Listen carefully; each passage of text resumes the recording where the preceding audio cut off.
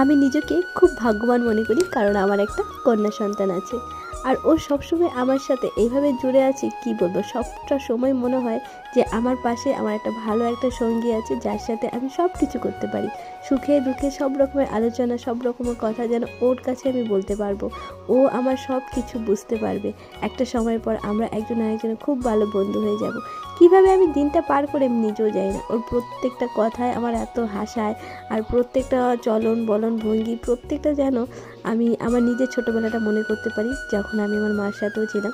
Actually সত্যি, লোকে ঠিকই বলে মেয়ে মানুষই একটা মায়ের হয়তো সবচেয়ে আপন হতে পারে, সবচেয়ে ভালো বন্ধু হতে পারে।